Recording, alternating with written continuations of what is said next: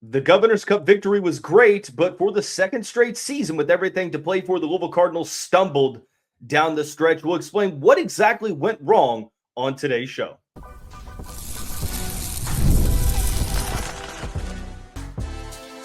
You are Locked On Louisville, your daily podcast on the Louisville Cardinals. Part of the Locked On Podcast Network, your team every day. Card Nation, what's going on, everyone? Welcome into this Monday edition of the Locked On the Louisville podcast. I'm your host, Dalton Pence. This is my 6th year covering U of L, 4th year hosting this show. Of course, Locked On Louisville, part of the Locked On Podcast Network, now the #1 sports podcast network in the world. Today's episode is brought to you by Gametime. Download the Gametime app, create an account, use the code LOCKEDONCollege for $20 off of your first purchase. Terms apply. It is somehow already December. Don't know how we got to December that quickly, but we have a jam-packed show to kick off the month. There's already apparently a new men's basketball portal option. A former Ivy League Player of the Year is going to be visiting Louisville at some point this season. We will continue to give out some praise and flowers from Louisville's dominant 41-0 Governor's Cup performance, but we're going to start out with a season in review segment. The season is over. Louisville is 8-4. It's been about 24 hours since the conclusion of the game on Saturday. I've had some time to just kind of sit back and reflect on the season. Now, coming into the year, I predicted 9-3. I said that the team had the potential and ceiling to win double-digit regular season games, to get back to Charlotte and appear in the ACC championship game, and possibly be a dark horse for the college football playoff. Now, Louisville at 7-1 going into that matchup against California was looking pretty solid. They ended up losing 3 straight games and then ended with a victory over Kentucky. Now, I believe that two things can be true at one time. In this situation, I believe that all things considered going into the Governor's Cup, the way Louisville dominated this game was a best-case scenario. But as true as that may be, it doesn't take away the sting from the 3-game losing streak that took Louisville out of conference contention and the college football playoff picture. So 8-4. Is that a successful season? Well, you didn't hit your FanDuel preseason win total, which was set at 8.5. I thought that coming into year 3, this was going to be the season that Louisville could really compete for a playoff bid. The schedule was opportunistic. You had the personnel on paper. And what happened over the past couple of months, when you talk about injuries, when you talk about players not living up to maybe expectations, losing these close games in weird ways, like everything combines to the point to where, all things considered, it wasn't a terrible season. Let's get that out of the way. It wasn't a terrible season. Definitely could have been worse. But I'm left now in hindsight saying, wow, there were so many opportunities when you see it's Duke and Virginia playing in the ACC championship game that you had the opportunities to have an even better season. Let's start out with the best case scenario option. Heavy emphasis on the all things considered portion of what I said. Right? I said, all things considered, this is the best case scenario going into the Governor's Cup. Because all things considered, the 3-game losing streak is said and done. You've already lost those 3 games. There's no way you can go back in time and erase what happened. The only thing you could do is try to end the season on a high note. Now, the alternative, you lose that game, or even you lose it, or I'm sorry, you win it in close fashion. There, you take this option way more than the alternative, right? I mean, it's a no-brainer. You demolish your rival 41-0, shut them out for the first time since 2004, put up 40 on a Power 4 team. I know Kentucky, not the greatest team, but it wasn't so much about Kentucky as much as it was about Louisville. Going into that matchup, we had mentioned that it looked like they were going through the motions against SMU. They got embarrassed. They might have given up. But they dug deep against Kentucky when they were missing the vast majority of their skill position production, and they imposed their will for all 4 quarters and played the most complete game of the season by far.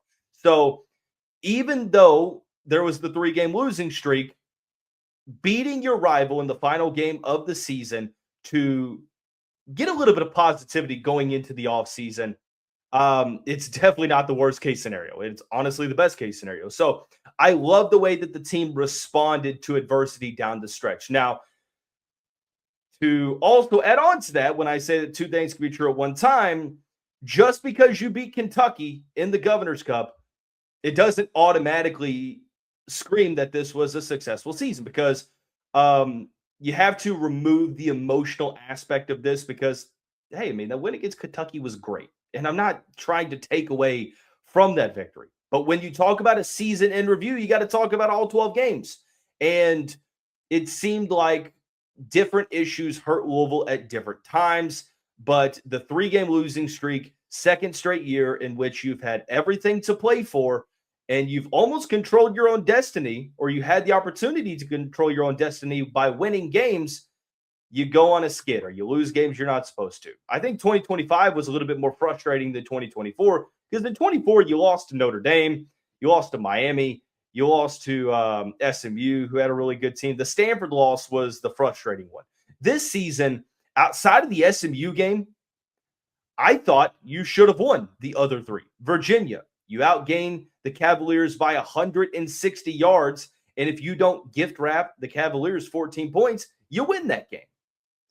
California, yes, they played well, speaking of the Golden Bears, but you had multiple opportunities in the fourth quarter to go and win that football game. You had the ball at like the 50-yard line with time getting closer and closer to 0, and you couldn't get into field goal range. Got into overtime and you lost. And then you look at the Clemson game.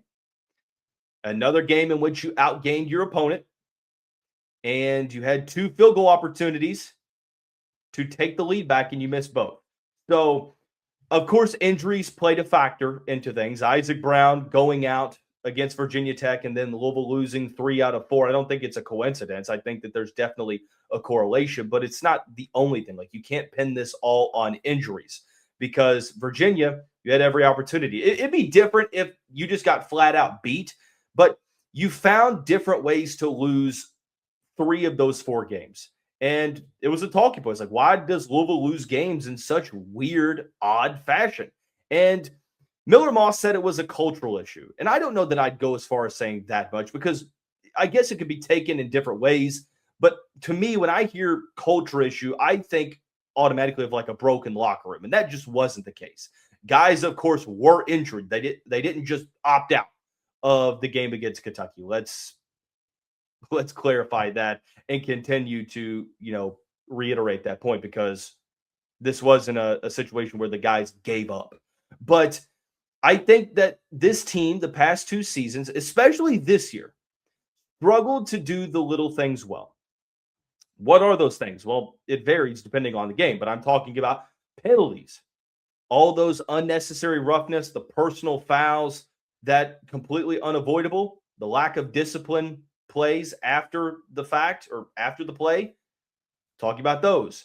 I'm talking about the avoidable turnovers, going down to the ground and just heaving the ball up and throwing it away or throwing it to the opposing defender. I'm talking about the short yardage play calling at times.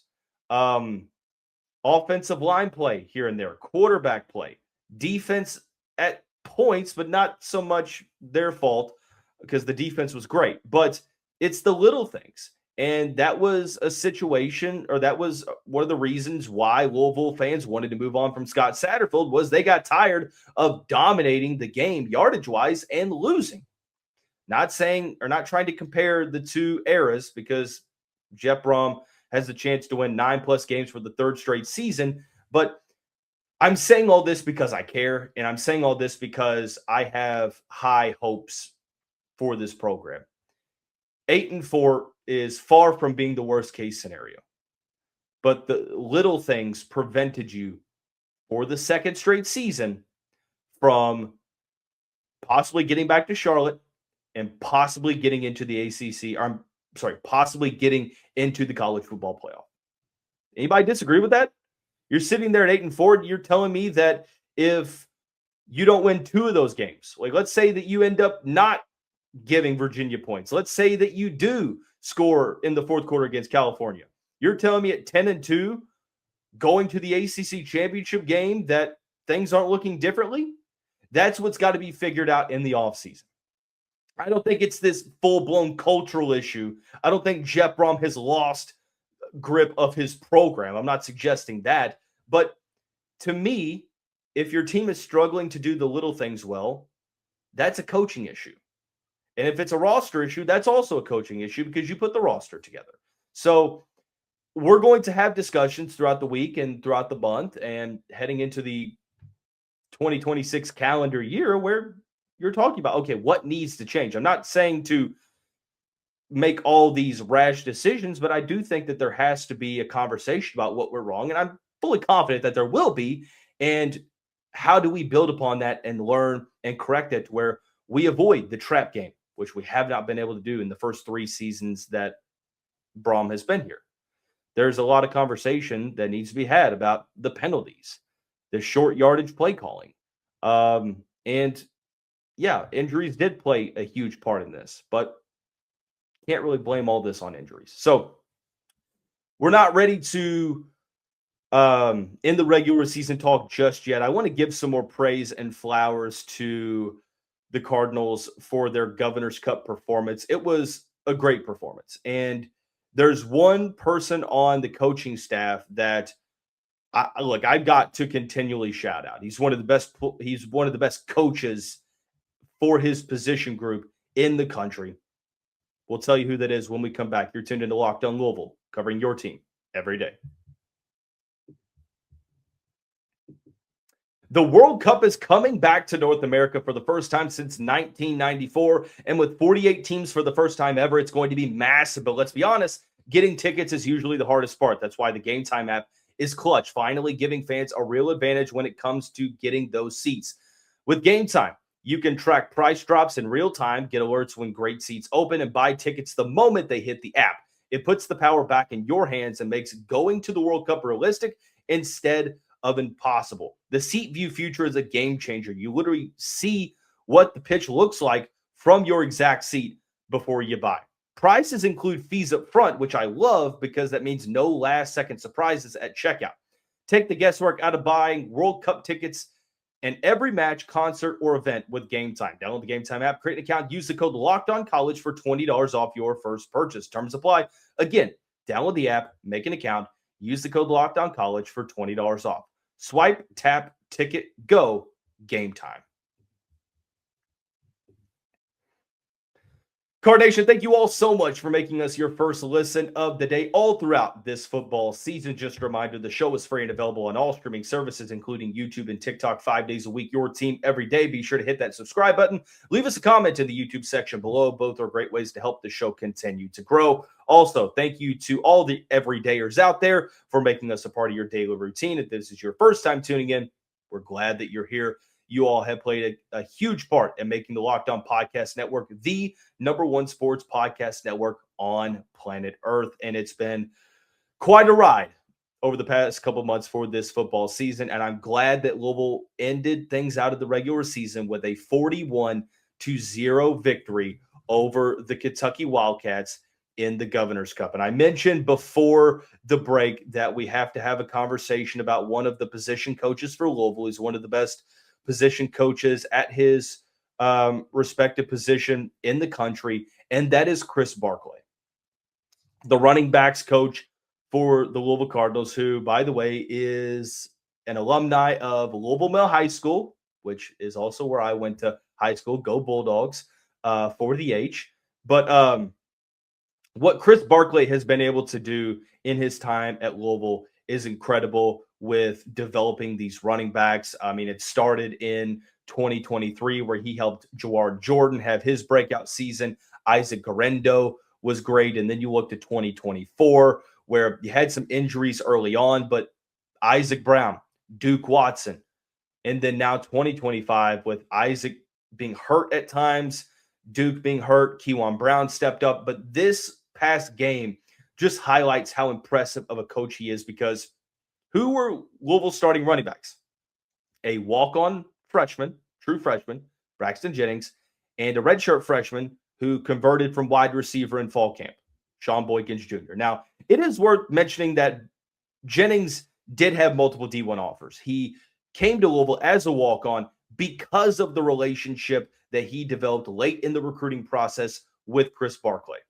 And now you have Sean Boykins Jr. getting his opportunity. Both of those guys rushed for over 100 yards. Boykins found the end zone, but the way they were able to set the tone on the ground for the Cardinals was huge for the offensive production. Now, it wasn't just the running backs, the offensive line. As much as we criticized them early on in the season, probably justifiably so, we do have to give them credit for how they ended the year. I didn't think the offensive line was a major problem for probably the back half of the season. They were serviceable. Against Kentucky, they were very, very good. And you had a quarterback that wasn't 100%, had a foot injury. You didn't have your normal running backs, and you created the gaps. You owned the line of scrimmage, and you protected your quarterback.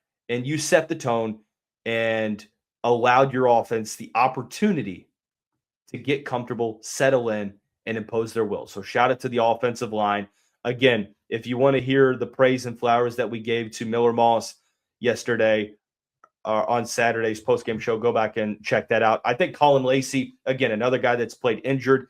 Don't forget, he got hurt before last year, decided to redshirt to maintain a year of eligibility, came back to Louisville, doubled down on his loyalty and commitment to Louisville, and has battled through injury. And I'm glad that he's had a solid season, even though the production doesn't show it.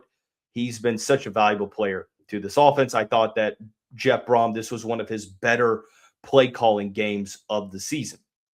Defensively, it's crazy to say that this was probably Louisville's best defensive performance because there have been so many this season. They gave up 140 yards, 100 through the air, 40 on the ground. Now, I know that Seth McGowan got hurt early in the game, but Kentucky's longest run of the afternoon on Saturday, a 15-yarder from Kendrick Law on an end around. You're telling me that the longest run for the opposing team was on a wide receiver jet sweep? Bro, shout out to Louisville's rush defense, which has been an underrated aspect of why they are a top 25 national unit. Cutter Boley had an 11-yard scramble. Those are the only two plays on the ground that span 10 yards. So Louisville made Kentucky one-dimensional. Of course, Kentucky having to play with the deficit that they were facing, that was going to automatically and naturally make them one-dimensional. But even then, Boley, 13 to 26, 100 yards, 2 interceptions. What did I mention were keys to the game? Actually, there were 3. And Louisville checked off all 3 from the list. You needed to win the first half. You did that incredibly. You're up 20-0. You needed to put pressure on Cutter Boley. You got 6 sacks on the afternoon. And you also needed to win the emotional aspect of this game, with it being the rivalry game, to dig deep and play for pride and play with heart. And they did just that. The defense was flying to the football from the very first snap. TJ Quinn, 10 tackles, 2 sacks, 2.5 tackles for loss. 3rd straight season in which he led the team in tackles. Hats off, number 34. D'Angelo Hutchinson waited his time. Starting safety this year, 10 tackles. Caleb Perry transferred in from Tennessee, 5 tackles. Clev Lubin, 4 tackles, 2 sacks, 3 tackles for loss. Wesley Bailey, 1 sack, 1 tackle for loss. AJ Green, 1 sack, 1 tackle for loss. Like, this was a huge, huge performance from Louisville's defense, and they forced 2 turnovers. They got pressure on Cutter Boley. What happened? He made bad decisions, which he had done. He came into this game with 10 interceptions on the season, and he didn't even start the full year. And you made him throw 2 more. What I will say impressed me the most about on field, like from like a performance standpoint, not like just from playing with heart and pride, there was that drive in the second half. It was completely demoralizing. 17 plays, 99 yards, 10 minutes and 27 seconds. Tayon Holloway had that over-the-shoulder interception at the 1-yard line, and Louisville followed it up with their best drive that I've seen in quite some time. Miller Moss with an 11-yard throw to Dakari Collins. But this team just imposed their will down the field. They took time off the clock, just demoralizing their opponent. And shout out to Louisville for ending the season on a high note. And Jeff Brohm, understanding the assignment, last guy you had here, didn't think much of the rivalry game. Now you've got a guy who understands it all too well. Second straight blowout victory in his tenure. Louisville 8-4 on the season. Of course, we will talk more about what the end of the season means for the offseason coming up in the next couple of days throughout the month of December and heading into January. But we're going to switch over to the basketball side for the rest of the show. Louisville is already linked to a men's basketball portal option, and it is December 1st. Former Ivy League Player of the Year. We'll discuss who that is and if he would be a good fit for Pat Kelsey's team. Don't go anywhere. You're tuned into Locked On Louisville, covering your team every day. The holidays always feel a little easier when you already know the perfect gift, and Omaha Steaks makes it almost too simple. Whether you're treating yourself this season or sending something memorable to family and friends, Omaha Steaks delivers handcrafted perfection right to their door. This week is the best time to jump in because their cyber sale is here, and the deals are huge. The quality is exactly what you hope for. Incredibly tender steaks, rich flavor, and meals that make hosting or weeknight cooking easier. Honestly, it's the kind of gift that brings people together, and you don't need to guess anyone's size. Save big on unforgettable gifts with Omaha Steaks. Visit omahasteaks.com for 50% off site-wide and an extra 20% off select favorites during their cyber sale. And for an additional $35 off, use the promo code COLLEGE at checkout. That's omahasteaks.com with the promo code COLLEGE. Terms apply. See site for details. Card Nation, I'm going to go ahead and discuss this before we get too far into December. With the end of the football season, and this is a rule of thumb, I'm not suggesting that anything particularly is coming, but with the end of the football season, that's when you get news about like staff changes, guys opting to enter the portal. Of course, the portal window doesn't officially open until January, but you've got the National Signing Day coming up. There are going to be discussions about maybe like a Jeff Brohm extension, some more football talk. The bowl game is going to come up. Basketball season is going to begin, a very challenging non-conference slate or non-conference slate coming up over the next couple of weeks. So there's going to be a lot that's going on. We're going to do our best to stay in the moment and navigate the madness as we do every year. But just know that I'll do my very best at addressing things in a timely manner. That's why we are talking about a possible men's basketball portal option. I'm talking about Caden Pierce. Now, in a tweet from Jeff Borzello, he says, and this was from last week on Friday, news, Princeton transfer Caden Pierce, the 2023-24 Ivy League Player of the Year, is taking a visit to Purdue this weekend, source told ESPN. Pierce is scheduled to visit UConn, Duke, Louisville, Gonzaga in the coming weeks. He also visited Grand Canyon last weekend.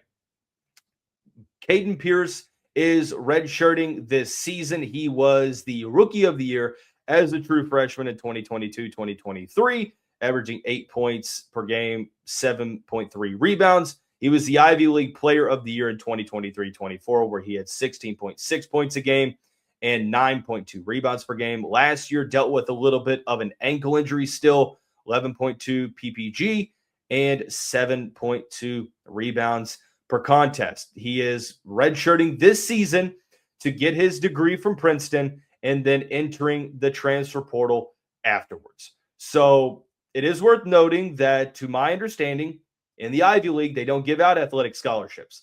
So it makes sense. He's going to get his degree from an Ivy League school, because why would you not? And then he's going to maximize his NIL potential in his final year of eligibility. There's not really much to discuss there. Like, I feel like it's pretty straightforward and easy to understand. Caden Pierce, 6'7", 220 pounds. Now, before we talk about whether or not he would be a good fit for this team, I'm going to go ahead and state for the record that if Pat Kelsey thinks he's a good fit, then I think he's a good fit because he's earned my trust. He's earned the benefit of the doubt. First year, he constructed a roster from scratch that exceeded expectations and got back to the NCAA tournament, won 27 games, good first season.